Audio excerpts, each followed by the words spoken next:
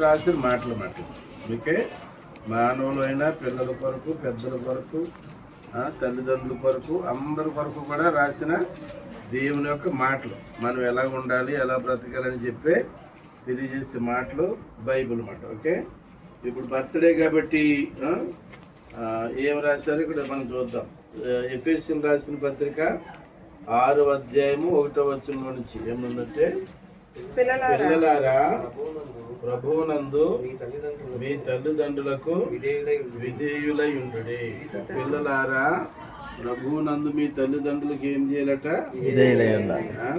Every children, sons or daughters. Okay, ఎవరైనా కానీ పేరెంట్స్కి ఎలా ఉండాలట? Obedience. We have to live in obedience with the parents. పేరెంట్స్కి గౌరవం ఇవ్వాలి, రెస్పెక్ట్ ఇవ్వాలి, ఒబీడియన్స్ జీవించాలి. వాళ్ళు ఎక్కడికైనా వెళ్ళొద్దన్నారు అనుకో, మనం వెళ్ళకూడదు. ఎందుకంటే మన మంచి గురించి చెబుతారు. ఏమన్నా చేయమన్నారు అనుకో, we have to do it. అర్థమైందా? షాప్ దగ్గరికి వీళ్ళు కోడి కూడా తెమ్మన్నారు అనుకో, ఏం చేయాలి? నేను నెలలో నువ్వే బాగుంటాను మమ్మీ. అవునా? ఎవరన్నా అన్నారు అలాగా? అట్లా కాదు. తల్లిదండ్రులకు ఏం చేయాలట? విధేయులై వారి చెప్పి చేతుల్లో ఉన్నట్లయితే అటువంటి పిల్లలు నిజంగా దీవింపబడతారు. తల్లిదండ్రులు దీవిస్తారు. తల్లిదండ్రులే కాదు, పైనుంచి దేవుడు కూడా మిమ్మల్ని ఆశీర్వదిస్తాడు. చేతన్ అది పరిగవాల్సి. కాబట్టి always children obey to your parents. మీ పిల్లలకి ఏం చేయాలట? విధేయులై ఒబీడియన్స్లో ఉన్నట్లయితే అది చాలా ఆశీర్వాదకరంగా ఉంటుంది అన్నమాట. ఉంటే నీకు మేలు కలిగినట్లు నీ తండ్రిని నీ తల్లిని ఏం చేయాలట? సన్మానించాలి. చూసారా? తల్లిదండ్రులు ఏం చేయాలట? సన్మానించాలంటే గౌరవించాలన్నమాట. Respect, we have to give them respect. ఎప్పుడు కూడా పేరెంట్స్ని అబ్నార్మల్గా మాట్లాడకూడదు.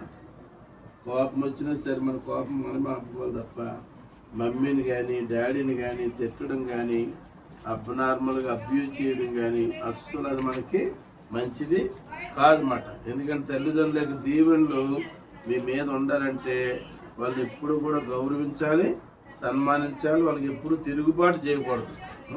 ఎప్పుడు కూడా వాళ్ళ మీద రెబెలియస్గా కానీ ఉండడం మంచిది. తప్పుడు నీవు భూమి మీద దీర్ఘాయుష్మంతుడు అవుదువు అని దేవుడు వాగ్దానం చేస్తున్నట్లుగా మనం చూస్తూ ఉన్నామట. కాబట్టి ఆ పిల్లలైన మీరు ఎల్లప్పుడూ కూడా తల్లిదండ్రుల్ని ప్రేమించాలి, తల్లిదండ్రులకి లోబడి ఉండాలి, తల్లిదండ్రులు ఏం చేయాలి?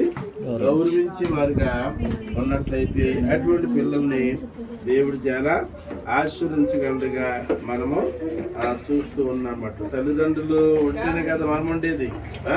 మన భోజనం ఎవరు పెడుతున్నారు? పేరెంట్సేనా? మీరు తీసుకున్న బట్టలు ఎవరు కొన్నారు? పేరెంట్సే కదా. మీ స్కూల్ ఫీజులు ఎవరు కడుతున్నారు? మీ బుక్స్ ఎవరు కొంటున్నారు? So we have to obey parents.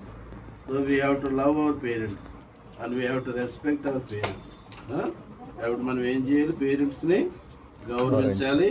వారికి విధేయులై ఉన్నట్లయితే దేవుని యొక్క ఆశీర్వాదాలు మన మీదకి వస్తాయని బైబిల్లోని మనము చూస్తున్నమాట. అలాగే తల్లిదండ్రుల యొక్క మాటలు విని తల్లిదండ్రులను ప్రేమించి గౌరవించే బిడ్డలు చాలామంది బైబిల్లోని ఉంటారన్నమాట. వారి యొక్క జీవిత స్టోరీస్, జీవిత కథలు బైబిల్లోని రాయబడి ఉంటాయి. అటువంటి వారు ఎంతో దీవింపబడి ఉన్నట్లుగా మనము చూస్తున్నాం. ఒక వ్యక్తి యొక్క చిన్న స్టోరీ చెప్పి ముగించేస్తే ఒక కేక్ కటింగ్ చేసుకున్నాం. ఓకే, ఒక తల్లిదండ్రులకి 8 మంది అన్నదమ్ములు.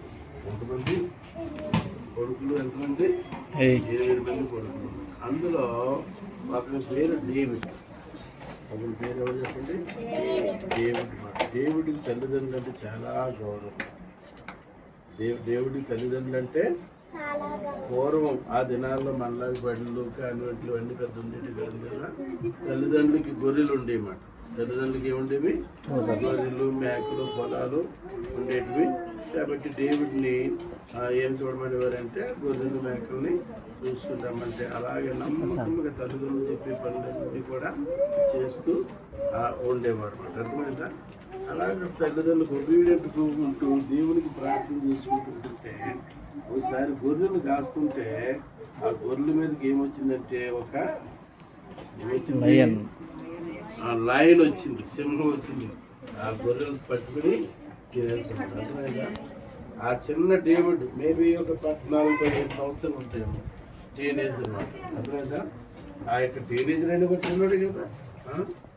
ఆ యొక్క చిన్న డేవిడ్ ప్రార్థన చేసుకున్న దేవునికి, దేవా నా గొర్రెలు చచ్చిపోయినట్లయితే మా వ్యాపారం మా కుటుంబం అంతా కూడా పాడైపోతుంది. ఎలాగంటే దేవుడు ఆయనకి ఏమిచ్చింది తెలుసా?